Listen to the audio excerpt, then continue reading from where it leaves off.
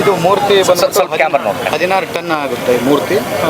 1,18,00,000 ವೆಚ್ಚದಲ್ಲಿ ಮಾಡಿಸ್ತೀವಿ. ಅರುಣ್ ಯೋಗಿರಾಜ್ ಅವ್ರ ಕೈಯಲ್ಲಿ, ಸ್ವಲ್ಪ ಕ್ಯಾಮ್ರಾ. ಅರುಣ್ ಯೋಗಿರಾಜ್ ಕೈಯಲ್ಲಿ ನಾವು ಇದು ಕೆತ್ತನೆಯನ್ನು ಮಾಡಿಸಿದ್ವಿ. ಇವತ್ತು ಶಾಸ್ತ್ರೋಕ್ತವಾಗಿ ಎಲ್ಲ ಪೂಜೆಯನ್ನು ಮಾಡಿಕೊಂಡು ಸ್ಥಾಪನೆಯನ್ನು ಮಾಡಿದ್ವಿ. 3ನೇ ತಾರೀಕು ಅಫಿಷಿಯಲ್ ಆಗಿ ಓಪನಿಂಗ್. ಖರ್ಚು, ಸರ್ಕಾರ ಖರ್ಚು, ಜನರ ಎಲ್ಲ ಒಳ್ಳೆ ಕಾರ್ಯಕ್ಕೆ ಯಾವ ದುಡ್ಡು ಉಪಯೋಗಿಸಿ ಮಾಡಿರ್ತೀವಿ. ಟೋಟಲ್ ಎಷ್ಟು ಖರ್ಚಾಗಿದೆ ಸರ್ ಈಗ? ಟೋಟಲ್ ಪುತ್ತಲಿಗೆ ಬಂದ್ಬಿಟ್ಟು 1,18,00,000 ಮತ್ತು ಸರ್ಕಲ್ಗೆ ಬಂದ್ಬಿಟ್ಟು 8.5 ಕೋಟಿ ಖರ್ಚಾಗಿದೆ. ಎಲ್ಲ ಹೊಸದು.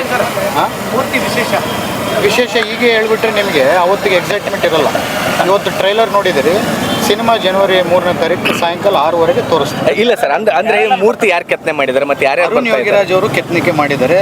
ಇದು ವಿಶೇಷ ಏನಂತಂದರೆ, ಅರುಣ್ ಯೋಗಿರಾಜ್ ಅವರು ಅವ್ರ ಪರಿಕಲ್ಪನೆ ಮಾಡಿಕೊಂಡು ವಾಲ್ಮೀಕಿ ಮಾರ್ಚ್ಗಳು ಯಾವ ರೀತಿಯಲ್ಲಿ ಇರ್ಬೋದು ಅಂತೇಳಿ, ಅವ್ರು ರಾಮನ ಯಾವ ರೀತಿಯಲ್ಲಿ ಕೆತ್ತನಿಕೆ ಮಾಡಿದ್ರು ರಾಮನನ್ನು, ಅದೇ ರೀತಿಯಲ್ಲಿ ಇದನ್ನು ಮಾಡಿದ್ದಾರೆ.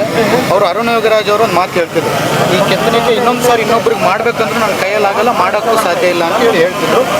ಭಾರತ ದೇಶದಲ್ಲಿ ಅರುಣ್ ಯೋಗಿರಾಜ್ ಕೈಯಲ್ಲಿ ಮಾಡಿದಂಥ ವಾಲ್ಮೀಕಿ ಪುತ್ತಲಿ ಯಾವುದೇನು ಇದೆ ಅಂತಂದರೆ ಅದು ಬಳ್ಳಾರಿ ಜಿಲ್ಲೆಯಲ್ಲೇ ವಾಲ್ಮೀಕಿ ವೃತ್ತದಲ್ಲಿ ಇದೆ ಅಂತ ಹೇಳಕ್ಕೆ ಇಚ್ಛೆ.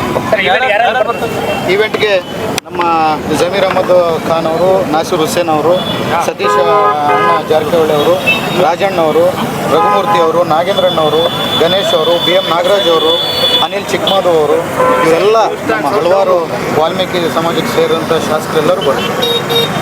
Thank you. ನಿಮ್ಮ ಸಹಕಾರಕ್ಕೂ ಇವತ್ತು ಬೆಳಿಗ್ಗೆಯಿಂದ 9:30ರಿಂದ ಒಂದೇ ನಿಮಿಷ